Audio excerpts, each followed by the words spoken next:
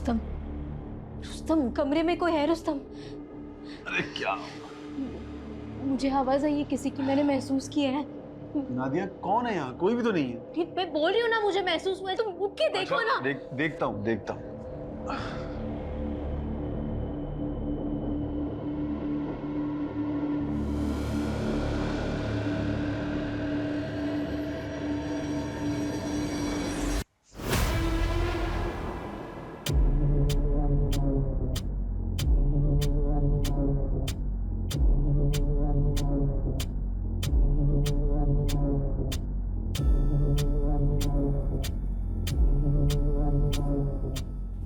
क्या हुआ? कोई था क्या? अरे है तो कोई नहीं, लेकिन मेन डोर खुला हुआ है और करीम भी अपने रूम में नहीं है। पता नहीं कहाँ चला गया। नादिया मैं उसे ढूंढ के लाता हूँ। अरे सुनो,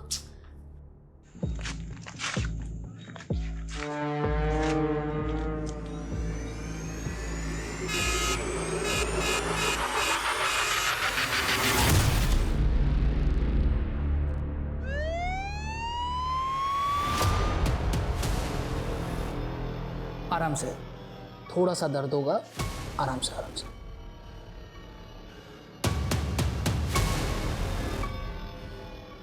डॉक्टर साहब ये मेरा भाई नहीं है, मेरे बेटे की तरह है। समझ में नहीं आ रहा इसको कैसे संभालूं। रात बिरात कहीं भी कभी भी उठकर बाहर चला जाता है और भटकता फिरता है। रुस्तम, करीम को फिजिकल ट्रीटमेंट के साथ साथ मेंटल ट्रीटमेंट की भी ज़रूरत है, क्योंकि अब नींद की गोलियां भी इसे सुला नहीं पा रही। आई थिंक कोई बात है जो इसे डिस्टर्ब कर रही है। जीना हराम हो गया उस करीम के चलते। और ये रुस्तम है कि उसकी फिक्र में घुले ही जा रहे। अब तो ऐसा लगता है कि हम मियाँ बीवी का काम बस यही बचा है कि हम उस करीम की चौकीदारी करते रहें।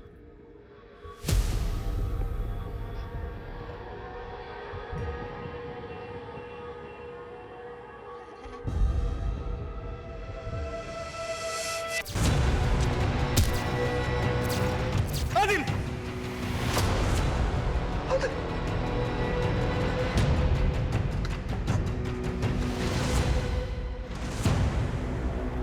भाई आज जो सुमित सर ने बजाई है ना अनमोल की, यार मजा ही आ गया भाई। तेरी वाली आ गई। अरे क्या है इसकी वाली? हमारा शरीफ सा लड़का कुछ बोल तो पाता नहीं है। चुप ना। लेकिन जो भी बोल, अपना भाई एक तरफा मोहब्बत की मिसाल, जिससे मोहब्बत करता है एक बार बात करने भी नहीं आती। अबे वो तो पढ़ाई चल रही है, वरना 2 मिनट लगेगा इसे सेट करने में। हाँ तो तू जो बोलेगा ना वो हार जाएंगे हम, बस तू करके दिखा। तो ठीक है, अगले 2 दिन में ये लड़की तुम्हारे भाई के बगल में होगी, देख लेना। आदिल, हाँ यह है तेरी ट्यूशन? अबू वो बहुत आशिकी चढ़ी है। चल घर चल, मैं आशिकी निकालता हूँ। अबू चलो। अबू बनेगा। अगर इस बार डिग्री नहीं मिली तो अपने हाथों से गला दबाऊंगा तेरा। या अल्लाह, ये क्या कर रहे हैं आप? ऐसे कोई जवान बेटे पे हाथ उठाता है क्या? ऐसा कुछ भी नहीं करेगा ये इस बार फेल नहीं होगा। मैं कह रही हूँ ना, माफी मांगना अपने अब्बू से, माफी मांग। अबू हमें माफ कर दीजिए, आइंदा ऐसा नहीं होगा। ऐसा वैसा नहीं, कैसा भी नहीं होना चाहिए। मैं तो यही मैयत गाड़ूंगा तेरी, समझा? ऐसा कुछ भी नहीं करेगा ये। तू जा अपने कमरे में जा और पढ़ाई कर, जा। लगता है इसके अब्बू ने अच्छे से श्रृंगार करके भेजा इसको। नहीं रोशन, लगता है उनको बहू पसंद नहीं है। नहीं यार, वो तो सिर्फ एक जरिया है। असल गुस्सा तो उन्हें मेरे खराब रिजल्ट पे आया है। 3 साल से डिग्री अटकी हुई है, उसी का बदला लिया है। तो आदिल डिग्री क्लियर कर, नहीं तो जिस हिसाब से बड़ा उतरी है ना, अगली बार उतरी ना तो टिकट कट जाएगा तेरा। वही सोच रहा हूँ यार, क्या करूं। यस, आ गया आइडिया। मायरा पढ़ाएगी अब मुझे। भाई इसका इश्क का भूत अभी भी नहीं उतर रहा भाई। अरे अभी भी ख्वाब देख रहा है उसके यार। ये उतरेगा जब इसका बाप इसके ख्वाबों में घुस के इसकी चमड़ी उधेड़ेगा ना, तब सारा भूत उतरेगा। देखो जो भी करना है करने दो, मुझे रोक नहीं पाएंगे। अभी ये देखा अपना कारनामा, ये देखा। कब से इंतजार था इस मंजर का। अब जो कुटाई होगी ना, काबिले तारीफ होगी। अबे रोशन, क्या तकलीफ है तेरी? क्यों मनहूसियत फैलाता रहता? हाय मायरा, 1 मिनट बात कर सकता हूँ? बोलो। मायरा, तुम मुझे केमिस्ट्री पढ़ाने में थोड़ी हेल्प कर सकती हो? अरे पर मैं तो खुद ही स्टूडेंट हूँ, तुम्हें क्या ही सिखा सकती हूँ। मायरा, तुम तो टॉपर हो, मुझ जैसे बैक बेंचर को तो पढ़ा ही सकती हो। तुमने वो सुना है कि ज्ञान बांटने से बढ़ता है? देखो, तुम मुझ जैसे गरीब की हेल्प कर दोगी तो तुम्हारा भी रिवीजन हो जाएगा ना। प्लीज मायरा। अच्छा ठीक है, कल कॉलेज के बाद से शुरू करते हैं। चलेगा, थैंक यू।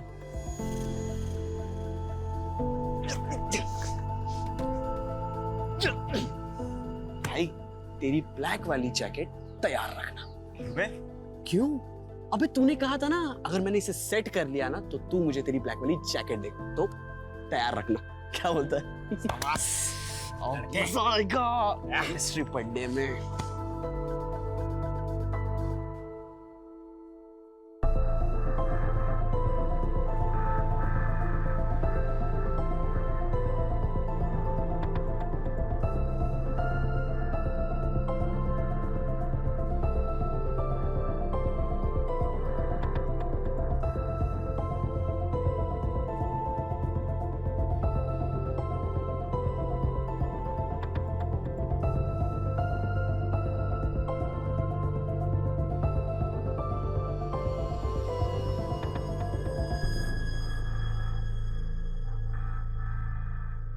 देखिए, आदिल अब बच्चा नहीं रहा, अब उसके साथ इतनी सख्ती से क्यों पेश आते हैं? उसके अच्छे के लिए, ताकि वो सही रास्ते पे रहे।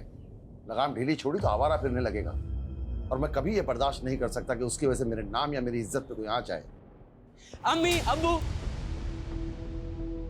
क्या बात है? किस बात की खुशी है? अम्मी, अब्बू, हमें जिस सब्जेक्ट में कंपार्टमेंट थी ना, उसमें हमारे बहुत अच्छे मार्क्स आए और इस बार तो डिग्री मिल ही जाएगी। 3 साल में तो गधे भी पास हो जाते हैं। तुम्हें खुश नहीं, शर्मिंदा होना चाहिए।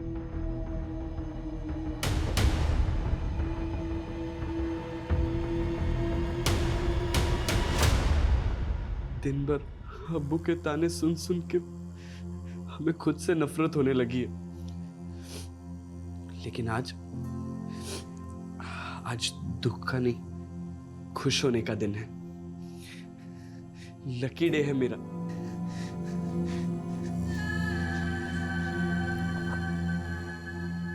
तुम मेरे लाइफ में गुड लक बन के आई हो। मैं तुम्हें अपने से दूर नहीं होने दूंगा। बहुत जल्दी ही मैं तुम्हें अपने दिल की बात बताऊंगा, प्रपोज करूंगा।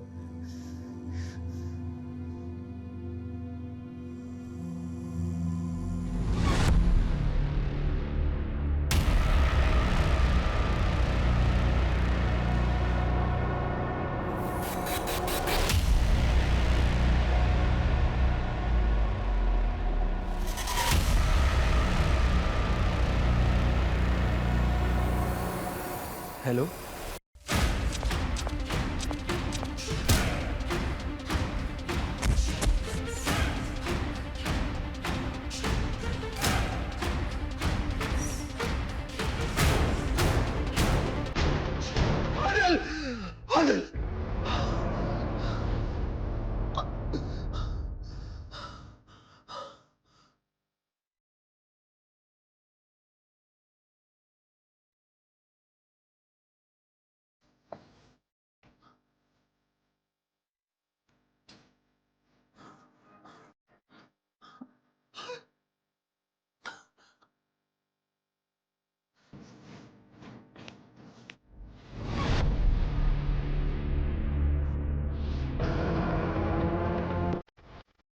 अरे सुनो सुनो, अरे ग्लूकोज की बोतल, ये हॉस्पिटल के कपड़े, कहाँ जा रहे हो? इंस्पेक्टर साहब से मिलना है मुझे। अरे नहीं नहीं, सुन, बात करनी है। नहीं नहीं, सुनो सुनो, इंस्पेक्टर साहब से मिलना है मुझे। अरे छोड़िए, अरे बात करनी है मुझे। अरे आप समझ क्यों नहीं रहे हैं? मुझे सीनियर इंस्पेक्टर से बात करनी है। अगर आप नहीं करवाएंगे तो मैं खुद उनसे बात कर लूंगा। कहाँ है उनका कैबिन? करीम! कहाँ है उनका? हाँ? अरे क्या बदतमीजी है ये, हैं? इंस्पेक्टर साहब, ये हमारा छोटा भाई है, इसकी तरफ से हम माफी मांगते हैं। इसकी तबीयत बिल्कुल ठीक नहीं है। इसकी तबीयत नहीं, इसका दिमाग खराब है। अब देखो ना, ये कौन ऐसे सीधे हॉस्पिटल से ये सलाइन ड्रिप हाथों में लिए पुलिस स्टेशन आता है? अरे आप समझ क्यों नहीं रहे? मुझे उनसे कुछ बताना है उनको। क्योंकि जल्दी बात करनी है। चुप रहिए, मुझे बताना है उनको, मुझे सीनियर इंस्पेक्टर से बात करनी है।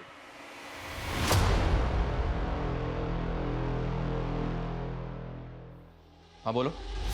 सर, मुझे कुछ कन्फेस करना है।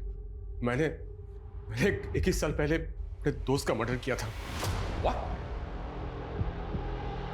तुमने 21 साल पहले अपने दोस्त का मर्डर किया था, तुम ये बताने के लिए आए हो? हाँ, यही बोला मैंने। आप मेरी बात को रिपीट क्यों कर रहे हैं सर? आप मेरी बात समझ नहीं रहे। शांत हो जाओ, शांत हो जाओ। आप बैठो, बैठो इधर, बैठाइए, बैठाइए। आप बैठ जाओ, बैठो करीम, बैठो। ये लो, पानी पियो। पानी पी लो बेटा। सर, इसकी फैमिली ने बताया कि इसकी दिमागी हालत बिल्कुल ठीक नहीं है। एक काम करते हैं, इसकी तसल्ली के लिए इसकी रिपोर्ट लिख लेते हैं और फिर इसको वापस हॉस्पिटल भेज देते हैं ताकि इसका इलाज हो पाए। मुझे भी ऐसे ही लग रहा है, पर फिर भी हम इसकी बातों को इग्नोर नहीं कर सकते कुमार। एक बार बात करते हैं, देखते हैं और क्या कहानी सुनाता है।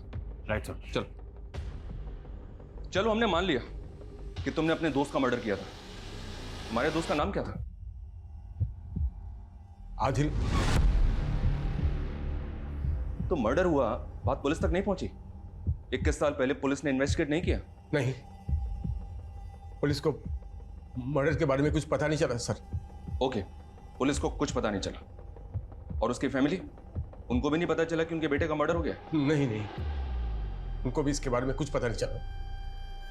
अच्छा, वैसे तुमने अपने दोस्त को मारा क्यों?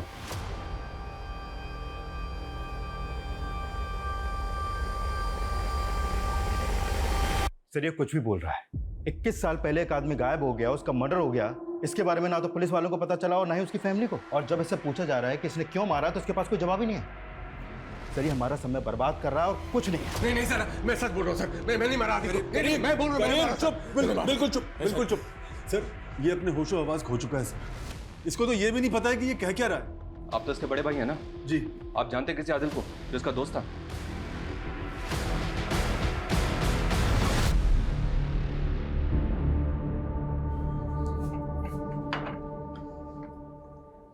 मैं सोच रही थी कि आदिल को वापस बुलाना चाहिए। एक ही तो औलाद है हमारी, उसके बिना बिल्कुल अच्छा नहीं लगता। वो जहां भी है खुश है, उसे वहीं रहने दो। तुम क्यों उस पर बूढ़े माँ बाप की जिम्मेदारी थोपना चाहती हो?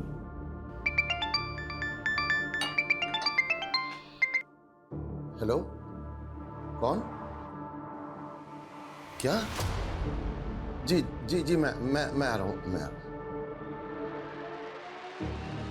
किसका फोन था? वो पुलिस स्टेशन से फोन आया था, उन्होंने मुझे वहां बुलाया। पर क्यों? पता नहीं, ये तो वहां जाकर ही मालूम होगा। मैं कुर्ता पहन के।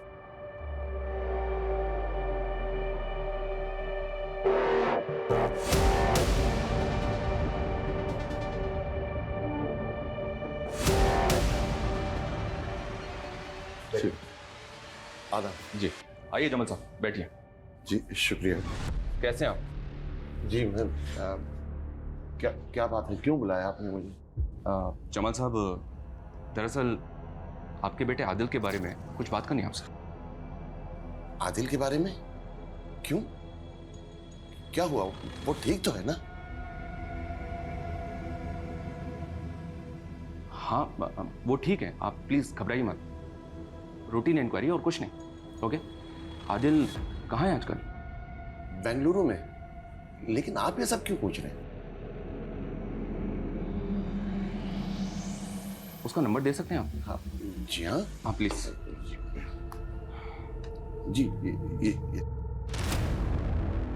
अब सर, माजरा क्या है? हाँ जमाल साहब, बताया ना आपको, रूटीन इंक्वायरी और कुछ नहीं। नहीं सर, फोन नहीं उठा रहा हो। सर वो ऑफिस में होगा, लेकिन बताइए ना सर क्या बात है? जमाल साहब, आप प्लीज, आप बिल्कुल मत घबराइए, वो एकदम ठीक है। अभी आप जा सकते हैं।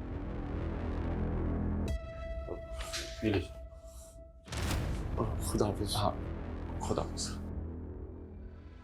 सर, करीम कह रहा है कि उसने 21 साल पहले आदिल का मर्डर कर दिया था, लेकिन इनके हिसाब से तो आदिल सही सलामत है, बेंगलुरु में जॉब कर रहा है वो अभी।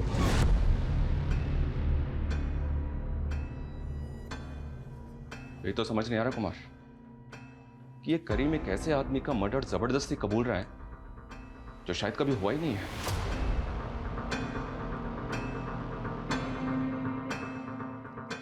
तुम्हारा दिमाग खराब हो गया है? एक बात मेरी ध्यान से सुन लो, 21 साल पहले कुछ नहीं हुआ।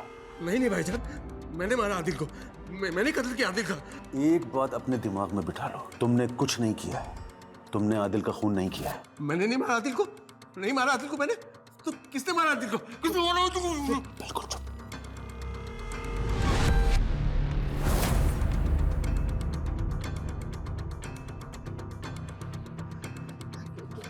क्या हुआ? क्यों क्यों बुलाया था पुलिस वाले ने? कुछ नहीं, ऐसे ही रूटीन पूछताछ के लिए बुलाया था। आदिल के बारे में पूछ रहे थे। आदिल के बारे में क्या हुआ? वो ठीक है ना? मैं एक काम करती हूँ, उसे फोन करके पूछती हूँ वो ठीक है कि नहीं। कोई जरूरत नहीं है, बहाना रूटीन पूछताछ के लिए बुलाया था। अब पुलिस उसे फोन करके परेशान कर रही होगी, अब तुम परेशान करोगी। कोई जरूरत नहीं है उसे तंग करने की। माँ के दिल को तसल्ली मिल जाती है अगर उसका बेटा ठीक हो तो। जब से पता चला है इस्माइल बेंगलुरु गया है, मेरा दिल ही घबरा रहा है। अब तो जानते हैं ना उसकी नीयत कैसी है। आंटी, आपके हाथ के सेवइयों का जवाब नहीं। भुक्कड़, मुझे पता है तुझे और चाहिए। हाँ, टेंशन मत। होशियारी करेगा तू मेरे साथ? हाँ, साइन करेगा कि नहीं बोल? ज्यादा शान पत्ती नहीं करना, समझा? मैं बोल रहा हूँ, समझा? एक मिनट, कौन हो तुम? तुम मेरी मर्जी के खिलाफ मुझसे कुछ भी नहीं करवा सकते। मैंने एक बार कह दिया ना, मैं दस्तखत नहीं करूंगा, मतलब नहीं करूंगा। मर्जी, अपनी मर्जी की बत्ती बना। और आखिरी बार बोल रहा हूँ, 1 महीने के अंदर इन सारे पेपर्स पे साइन चाहिए मेरे को, वरना उसके बाद जो भी होगा उसका जिम्मेदार तो खुद होगा। अबू ये है कौन और आपको धमकी क्यों दे रहे हैं? आदिल, रुक जा। अच्छा, तो ये है नवाबजादे, नवाब साहब के। ए बेटा ना, अरे बात करना। चल अंदर जाओ तुम लोग। बस, तो अंदर आजा बेटा, जाओ, आजा। अंदर जाओ, बाहर नहीं आना तुम लोग।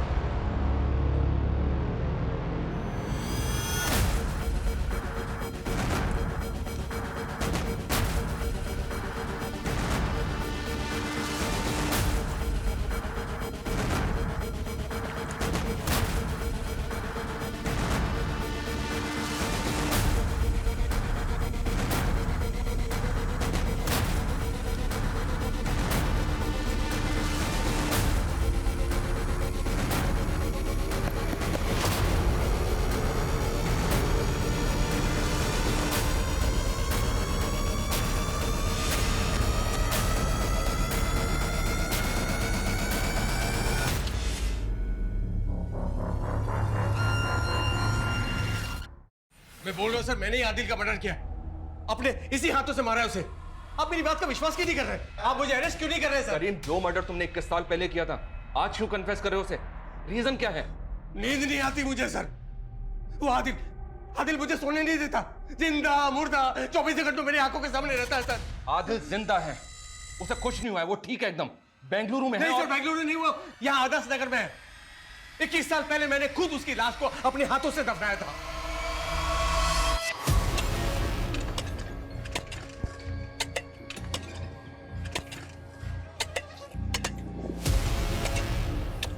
सर ये सब आपको अजीब नहीं लग रहा है? जिसने 21 साल पहले मर्डर करके उसको इतनी सफाई से छुपाया, फिर वही 21 साल बाद आकर खुद को मर्डर साबित करने के लिए इतना कुछ कर रहा है।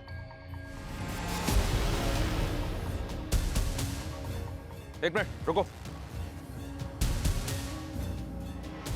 कुछ भी नहीं है। क्या? कुछ भी नहीं है यहाँ पे? इधर आओ, इधर आओ। यहाँ तो कुछ भी नहीं है। अब ऐसे कैसे हो सकता है सर? 21 साल पहले मैंने खुद हाथों से दफनाया था सर। अरे दफनाया था तो कहाँ है वो? यहाँ तो कुछ भी नहीं है। तुम्हारे सामने खुदवाया ना, है वो यहाँ पे? नहीं ना? सर इधर आइए, इधर मेरे साथ आइए सर, आइए यहाँ आइए।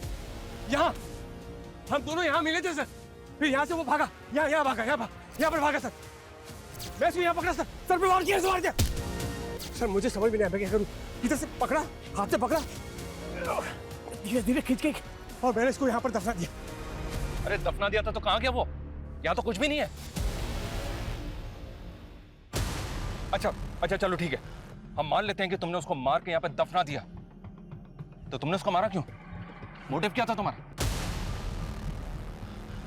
बोलो, क्या मोटिव था तुम्हारा?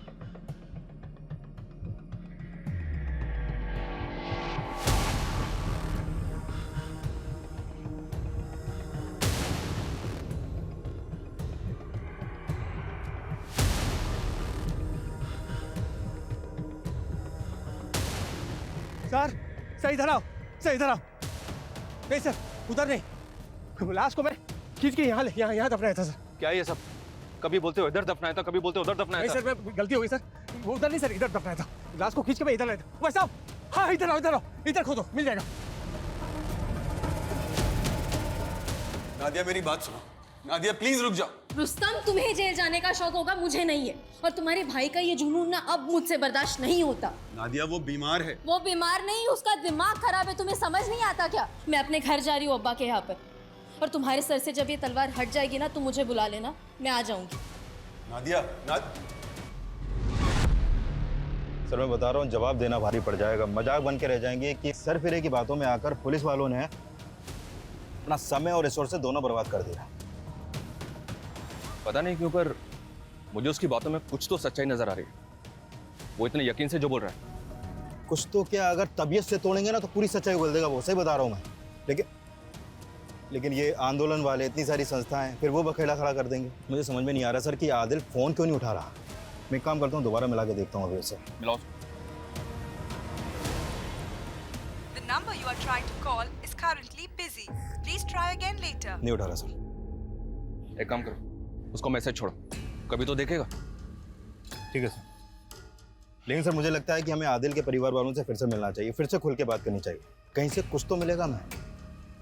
बात तो करनी चाहिए, पर बोलेंगे क्या उन्हें? एक आदमी क्लेम कर रहा है कि 21 साल पहले उसने उनके बेटे को मार के कहीं गाड़ दिया, जबकि वो बेंगलुरु में सही सलामत है। मजाक उड़ाएंगे हमारा। ऊपर से अमृतराज लोग हैं, कहीं कुछ उल्टा ही ना पड़ जाए। पर बात तो करनी पड़ेगी, थोड़ा संभल के और सेंसिटिव तरीके से। करीम, नाम तो सुना हुआ सा लग रहा है, पर याद नहीं आ रहा है कौन है।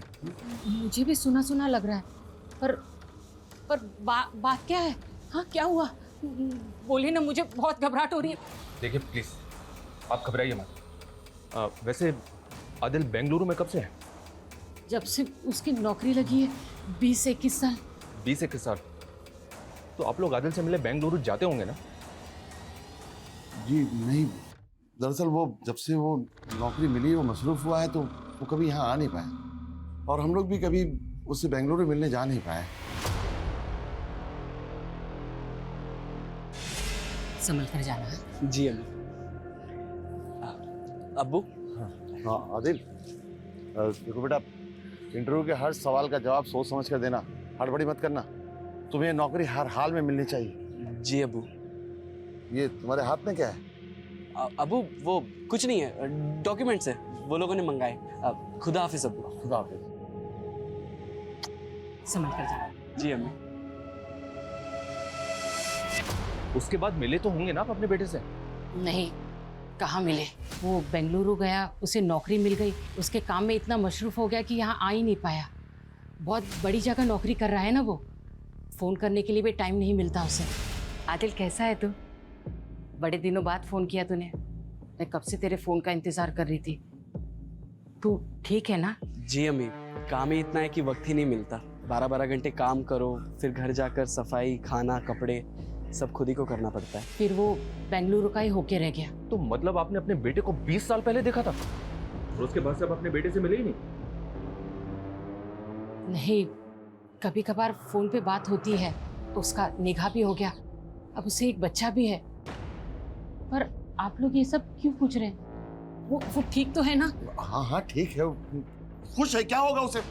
आप लोग क्यों खामखा उल्टे से सवाल जवाब करके हमें परेशान कर रहे हैं? प्लीज जाइए। अरे लेकिन बात, प्लीज जाइए, प्लीज जाइए यहाँ से।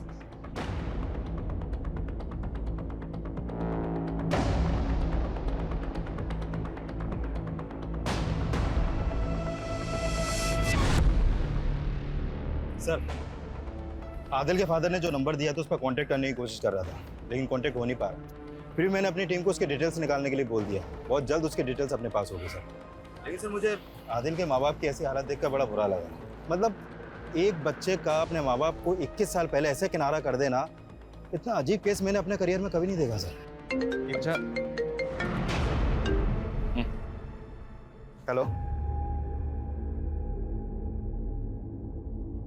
क्या? ठीक है सर, आदिल के फादर ने आदिल का जो बेंगलुरु वाला नंबर दिया था वो आदिल के नाम पे नहीं, बल्कि किसी रूपक चौधरी के नाम पे रजिस्टर्ड है। मतलब वो किसी और का नंबर है? तो फिर उनकी आदिल से इस नंबर पर कैसे बात होती है? और सर ये नंबर पिछले 5 सालों से रूपक चौधरी के नाम पे रजिस्टर्ड है, आदिल के नाम पे कुछ था ही नहीं। और उनका तो कहना है कि उनकी हर दूसरे दिन आदिल से फोन पे बात होती है। आखिर कौन है जो हमें गुमराह कर रहा है, जमाल या करीम, या फिर दोनों? पर क्यों? और ये आदिल है कहाँ? तो हो सकता है आदिल जिस तरह से 21 साल पहले अपने माँ बाप को छोड़ के गया, एक बार भी मिलने नहीं आया उनसे, तो शायद फोन पे भी बात नहीं होती होगी। लेकिन उसके माँ बाप बेचारे ये सदमा सह नहीं पाए और ये भ्रम पाल के बैठे हैं कि उनके बेटे से हर दूसरे दिन बात होती है। जो भी है पता तो करना होगा। और 21 साल पहले ही सही, आदिल का कोई तो बेस्ट फ्रेंड होगा जो शायद आज भी उसके साथ टच में हो, और वो जानता हो कि आदिल कहाँ है। और ये भी पता करो कि आदिल के अपने माँ बाप के साथ रिलेशन कैसे थे। आखिर ऐसा क्या हुआ था कि जो नौकरी लगने के 21 साल बाद भी एक बेटे ने अपने माँ बाप की खबर तक नहीं ली?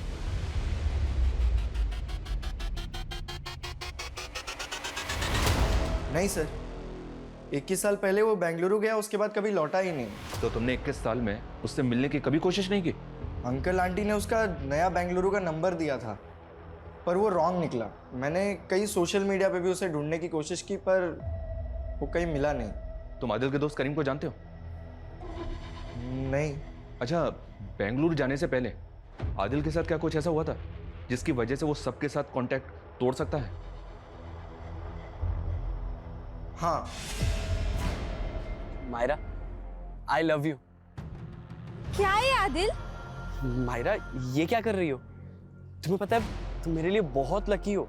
तुम मिली, मुझे डिग्री मिल गई। आदिल क्या बकवास कर रहे हो तुम? बकवास?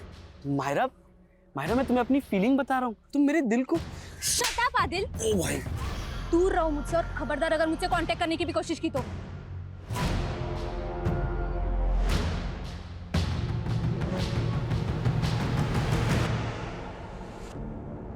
आदिल, तू दिल छोटा मत कर यार, सिर्फ मायरा ही थोड़ी है दुनिया में। चल दूसरी लड़की पटाएंगे, चल आजा चल। क्या धोया यार लड़की ने यार। ए मनूस, ये सब तेरी इस मनुष्य जैकेट की वजह से हुआ है। लड़की के चक्कर में दोस्ती को मत लेकर, बीच में बता रहा हूँ तुझे मैं। दोस्त है तू? अबे सांप है तू, सांप, आस्तीन का सांप। तो निकाले सांप का सारा उधार। साले फकीर, पैसे वैसे है नहीं, लड़की पटाएगा। पैसे चाहिए? हाँ दे, पैसे चाहिए हैं तेरे पास पैसे? पैसे शांत हो जा यार। रोशन ने उसके बाद हम दोनों से कोई वास्ता नहीं रखा। फिर आदिल का कॉल आया कि उसका किसी कंपनी में इंटरव्यू है। Are you sure? पक्का आदिल का ही फोन आया था? हाँ सर, उसके 1-2 दिन बाद उसने कॉल भी किया कि उसकी उस कंपनी में जॉब लग गई है, और वहाँ एक उसका दोस्त है विशाल, वो उसी के साथ रहता है। उसने विशाल के बारे में तुम्हें भी बताया था? हाँ। तुम जाओ। जी। विशाल वो आखिरी आदमी है जिसके साथ आदिल बेंगलुरु में टच में था। इस विशाल की कांटेक्ट डिटेल्स निकालो तुरंत। हो सकता है कि उसको पता हो कि आदिल कहाँ है। Okay sir. तब तक इस रोशन की खबर लेते हैं। सर, आप गड़े हुए मुर्दे क्यों उखाड़ रहे हो? वो बचपना था, झगड़ा हुआ, खत्म हुआ। खत्म हुआ नहीं ना, बाकी का हिसाब तो तुम बाद में करने वाले थे। हिसाब किससे करवाया, खुद किया या किसी से करवाया? आदिल की सुपारी करीम को दी थी ना तूने? सर वो तो मैंने गुस्से में बोल दिया था, और मैं किसी करीम को नहीं जानता। और सर वो सुपारी, आदिल का मर्डर हो गया क्या? देख रोशन, इस केस में ना गड़े मुर्दे ऑलरेडी उखड़ने शुरू हो गए हैं। अब तू अपनी तरफ के मुर्दे उखाड़। अगर हम अपनी पे आ गए ना तो मुर्दे के साथ साथ जिंदे भी उखड़ जाएंगे। चल बोल। हाँ सर, आदिल का और मेरा किस्सा खत्म नहीं हुआ था। मुझे नीचा दिखाने के अलावा तेरे पास कोई काम नहीं है ना? मेरा बाप मुझे मारता है, मैं पढ़ाई में जीरो हूँ, अब तो वो लड़की ने मुझे चाटे मारे। यही सारे ताने सुनाने आया ना तुम?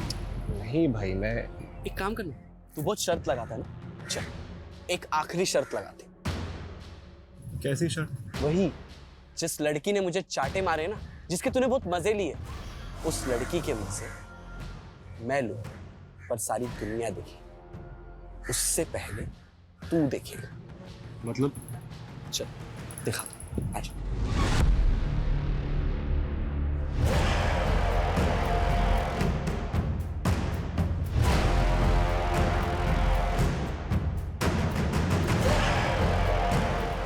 ओए, कौन है बे तू? यहाँ क्या कर रहा है? मैं तुझे जिंदा नहीं छोड़ूंगा। मेरी बेटी के उसमें क्या कर रहा था तू? सर मैं बहुत डर गया था, मुझे लगा आदिल खुद तो मरेगा मरेगा, मुझे भी मरवाएगा। उसके बाद मैं उससे कभी नहीं मिला। फिर मुझे पता चला कि वो बेंगलुरु शिफ्ट हो गया, और मैं भी अपनी लाइफ में बिजी हो गया। सर मैं सब कुछ भूल गया था। मुझे आज आपसे पता चल रहा है कि आदिल का मर्डर हो गया।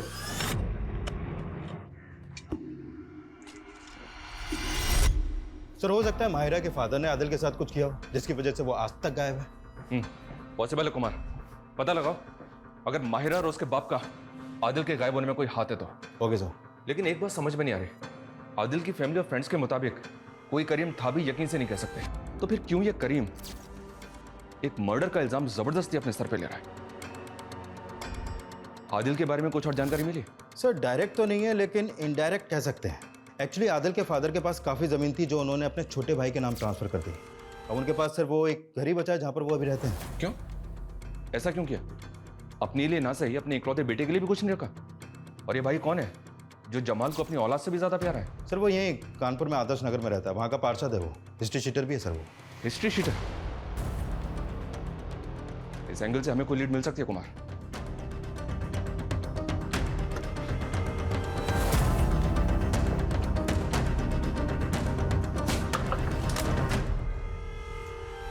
इस्माइल जी। कमाल का इत्तेफाक है ना, इधर आदिल बेंगलुरु गया और उधर जमाल ने अपनी सारी प्रॉपर्टी आपके नाम लिख दी।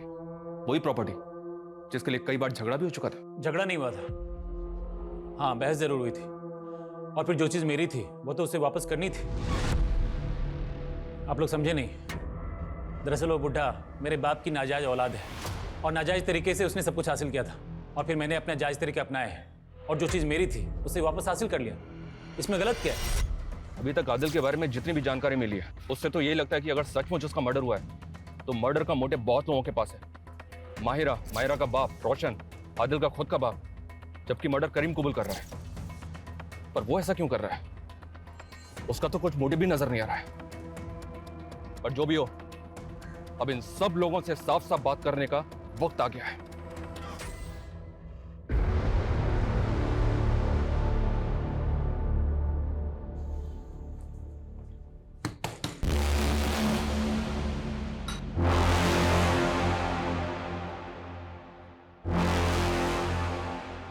आप फिर आगे हमें परेशान करने, आखिर माजरा क्या है? हालत देखिए हमारी, परेशान लोगों को परेशान करने में मजा आता है। आपने आखिरी बार अपने बेटे को कब देखा था? वो जब वो इंटरव्यू के लिए जब वो गया था। उसकी कंपनी का नाम क्या है? किमाया फार्मा। हम इसी कंपनी को ज्वाइन किया था उसने बेंगलुरु में। झूठ बोल रहे हैं आप। हमने पता किया है, आपके बेटे ने ये कंपनी कभी ज्वाइन नहीं की। और हमने ये भी पता किया कि आप अपने बेटे के साथ स्ट्रिक्ट थे, इतने स्ट्रिक्ट कि आपने अपने जवान बेटे को एक बार मार्केट में उसके दोस्तों के सामने पीटा था। मैंने वही किया जो एक जिम्मेदार बाप को करना चाहिए। मेरा लड़का मवालियों की तरह किसी लड़की की इज्जत के साथ खिलवाड़ नहीं कर सकता। किसी लड़की के साथ, या पर्टिकुलर किसी एक लड़की के साथ? वो जिस लड़की का ख्वाब देख रहा था वो हमारी बिरादरी की नहीं थी। मुझे लगा उसे सबक मिल गया होगा, लेकिन नहीं। वो जिस दिन इंटरव्यू के लिए निकला उसी दिन मैंने देखा कि वो अब भी उस लड़की के प्यार में पागल है।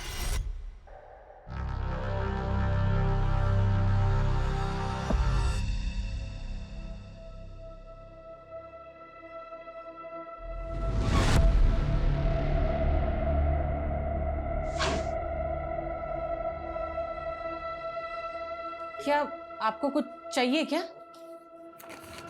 क्या हुआ? ये क्या है? लो देखो, लव लेटर लिखा है तुम्हारे शहजादे ने, और वो भी उसी लड़की को जिसके लिए मैंने मना किया था कि हमारी बिरादरी की नहीं है। आने दो आज उसे, ऐसा सबक सिखाऊंगा कि आशिकी जिंदगी भर सर पे से उतर जाएगी। वो उस दिन ऐसा गया कि वापस ही नहीं लौटा। तो और क्या करता वो? कभी आपने उसे अपनी मर्जी से सांस तक लेने नहीं दी, इसलिए जैसे ही आजाद हुआ ना, उसने हमसे रिश्ते नाते सब तोड़ दिए और बेंगलुरु में अपनी नई दुनिया बना ली।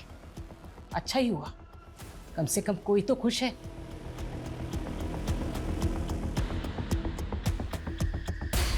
देखिए सर, ऑलमोस्ट 21 साल हो चुके हैं मुझे आदिल को देखे हुए। विशाल बता सकते हो जब आदिल आखिरी बार बेंगलुरु आया था तो वो तुम्हारे घर पे कब आया था? क्योंकि यहाँ उसने ये बताया कि जब वो इंटरव्यू देने बेंगलुरु गया था तो वो तुम्हारे यहाँ रुका था। मेरे घर रुका था? नहीं सर, वो तो कभी मेरे घर आया ही नहीं सर। और जब से मैंने कानपुर छोड़ा है मैं अभी तक उससे मिला ही नहीं हूँ सर। तो ये कैसे पॉसिबल है? आप क्यों आदिल के बारे में बेवजह और बेतुके सवाल पूछ के हमें परेशान कर रहे हैं? परेशान तो हम भी हो रहे हैं, क्योंकि एक आदमी है जो हमारे सामने आकर खुद ये कबूल कर रहा है कि उसने 21 साल पहले आपके बेटे को मार के यहीं आदर्श नगर में गाड़ दिया।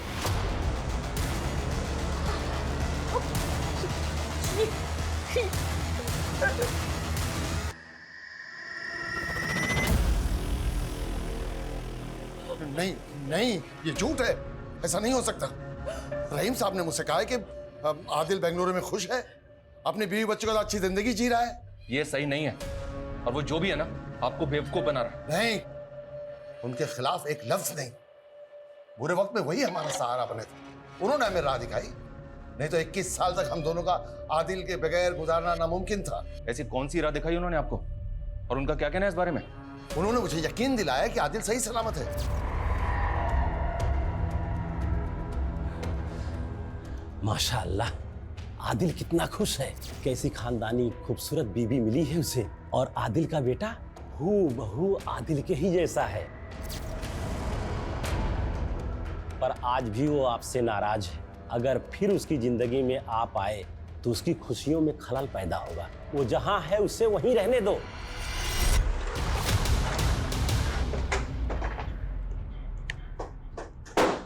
जी हाँ, मैं ही माहिरा का बाबू। बुरी क्या काम है? आदिल को तो जानते हैं ना आप, जिसे आपने 21 साल पहले अपनी बेटी माहिरा का वीडियो बनाते हुए पकड़ा था। हाँ याद है, उसको कैसे भूल सकता हूँ मैं। ओए, कौन है मैं? तू यहाँ क्या कर रहा है? मैं तुझे जिंदा नहीं छोड़ा। मेरी बेटी के उसमें क्या कर रहा था तू? तो फिर आपने अपनी धमकी को सच साबित कर दिया और आदिल को जान से मार दिया है ना? मैं तो उसको उसी दिन मार देता अगर वो बचकर नहीं भागता। आपकी बेटी माहिरा कहाँ अभी? मेरी बेटी माहिरा 1 साल पहले रुखसत हो गई है।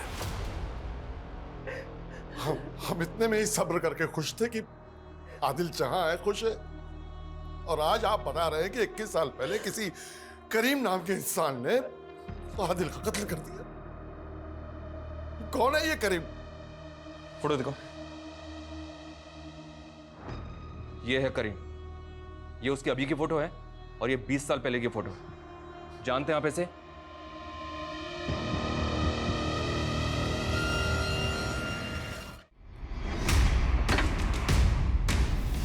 आई,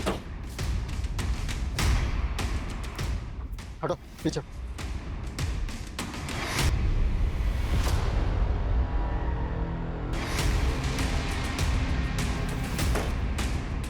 पीछे हटो।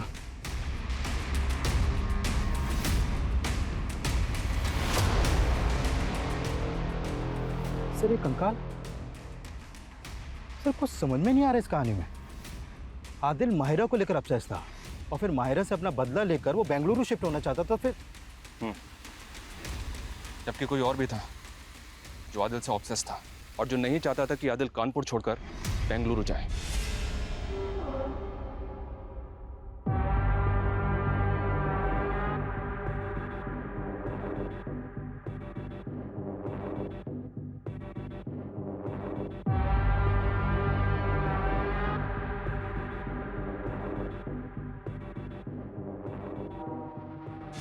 इक्कीस साल पहले उस दिन करीम ने आदिल को यहीं बुलाया था। बैंगलोर? तू मुझे छोड़ के बैंगलोर जा रहा है? और हमारा रिश्ता? रिश्ता? कौन सी दुनिया में है तू? देख, जो था वो यहीं तक था, और इसके आगे कुछ नहीं होगा। और तू जानता नहीं है मेरे अब्बू को? मुझसे प्यार करने से पहले अपने अब्बू की याद नहीं आई? देख करीम, जज्बाती मत हो और गले मत पड़। तुझे भी पता है मुझे लड़का लड़की दोनों में इंटरेस्ट है, लेकिन आज न कल मुझे भी तो घर बसाना है, शादी करनी है। तुझे भी पहले से पता है कि मेरा इंटरेस्ट सिर्फ तुझ में। मैं प्यार करता हूँ तुझसे। छोड़ यार। लेकिन अब प्यार से ज्यादा ना नफरत है तुझसे। तो अच्छी बात है ना, तुझे भूलने में आसानी होगी। यार करीम, मैं जा रहा हूँ। कहाँ जा रहा है तू? तू मुझे छोड़ के जाएगा? तू मुझे छोड़ के जाएगा? जा। करीम, आदिल रुक! उस रात करीम आदिल को मारने का सोच कर ही आया था। अपने प्लान को अंजाम देने के बाद आदिल के अम्मी और अब्बू और आदिल के दोस्तों को जो कॉल्स गए थे आदिल की तरफ से, वो सारे कॉल्स करीम ने किए थे। उसने सबको विश्वास दिला दिया था कि आदिल बेंगलुरु की एक बड़ी कंपनी में जॉब कर रहा है और सब ठीक है।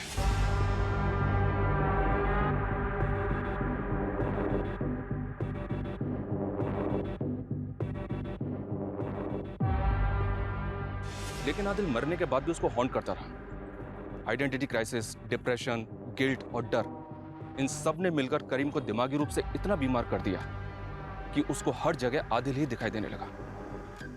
करीम का जुर्म उसे सताने लगा, और वो भी इतना कि जो जुर्म उसने 21 साल पहले किया था, 21 साल बाद उसी जुर्म को उसने खुद सामने से आकर कबूल किया।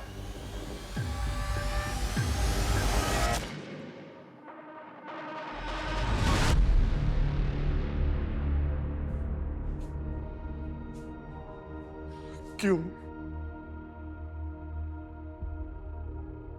जब इतने साल नहीं कबूला तो अब क्यों?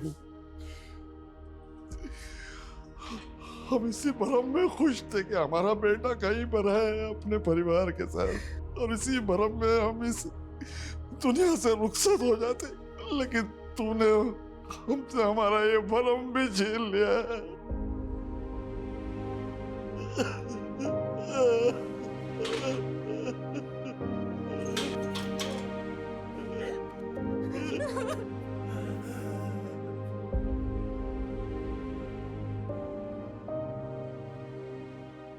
करीम के छलावे और काजी के बहकावे के बावजूद आदिल के माता पिता को यह एहसास था कि उनका बेटा अब इस दुनिया में नहीं है, पर फिर भी उन्होंने इस झूठ और इस पर भ्रम पैदा करने वाली कहानी पर विश्वास किया, क्योंकि भ्रम ही सही, पर यह उनको जिंदा रहने में मदद दे रहा था।